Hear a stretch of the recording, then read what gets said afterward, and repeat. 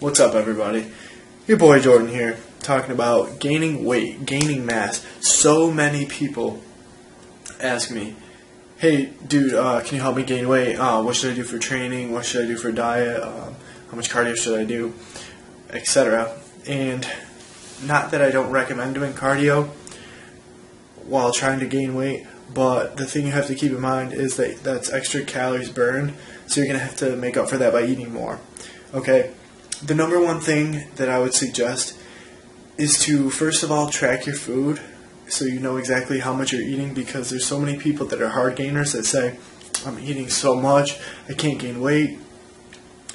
And I guarantee you're not eating as much as you think.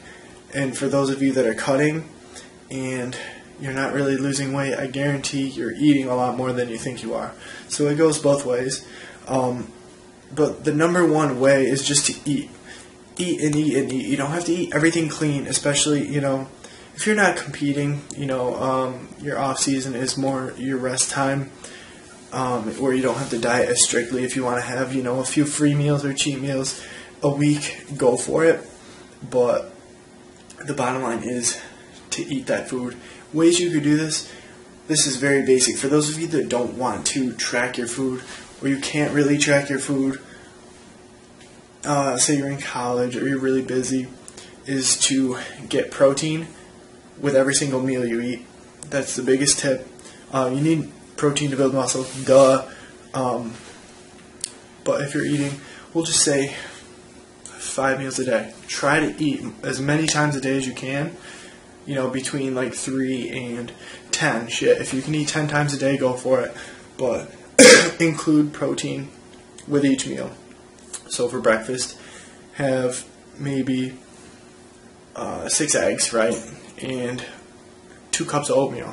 Okay, that might be a lot for you, so maybe start with 1. For the next meal, have like a cup and a half of rice or something, brown rice, white rice, whatever, and have a protein source. But really focus on that protein. And the easiest way to get calories, in my opinion, is to add fats. So by eating like almonds or olive oil or coconut oil or fatty cuts of meat if you want, whole eggs as opposed to egg whites. Yeah, that's additional calories, but you're going to need those calories to gain weight anyway.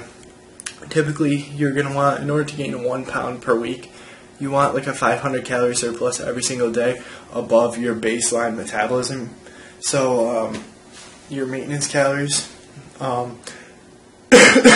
So that's just my general recommendation, is put protein first, have carbs too with every meal.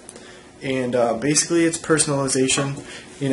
I could give you the best diet plan in the world, but it's going to have to be changed in order to, drink a Diet Mountain Dew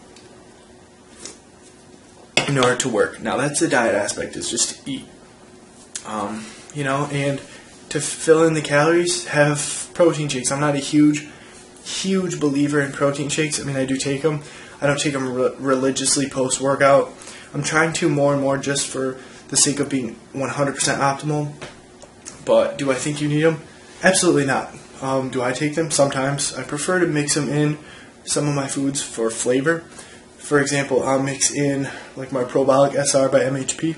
I'll mix that in with like my Danon's Light and Fit Greek yogurt. So it's a fuckload of protein. It's about 32 grams, well, a decent amount of protein, and it's like 16 carb maybe. So it's not bad at all. And there's like 4 grams of fat just in the protein powder, just because it's a blend. I get it for the sustained release. Some bro science right there. So fill the gaps with protein shakes if you want. If you really want to, make like almost like smoothies, 2 scoops of protein powder with some oatmeal, some fruit, of course, don't forget fruit, that's extremely important too, and vegetables. Get your antioxidants, vitamins, and minerals and shit. But oatmeal, fruit, obviously the protein powder. You could use whole milk, you can throw fucking ice cream in there, and you have a huge shake for like 600 to 800 calories depending on how much you put in. So that's definitely a good way to get some calories in. Peanut butter, nuts, oil, etc. That's an easy way. 2 tablespoons of peanut butter is going to cost you 190 to 220 calories depending on the kind. So that's an easy way to get the calories, an easy thing to add to a meal or just to eat by itself. And there's a little bit of protein, a little bit of carbs in there too. So definitely satiating, but just something to keep in mind. So guys, that's the diet aspect. As far as training, train hard, heavy. Follow a periodized program. That's my #1 recommendation in regards to training. Follow something that's periodized to where you're working a certain rep range and you're getting stronger each and every week, and then eventually it switches rep ranges.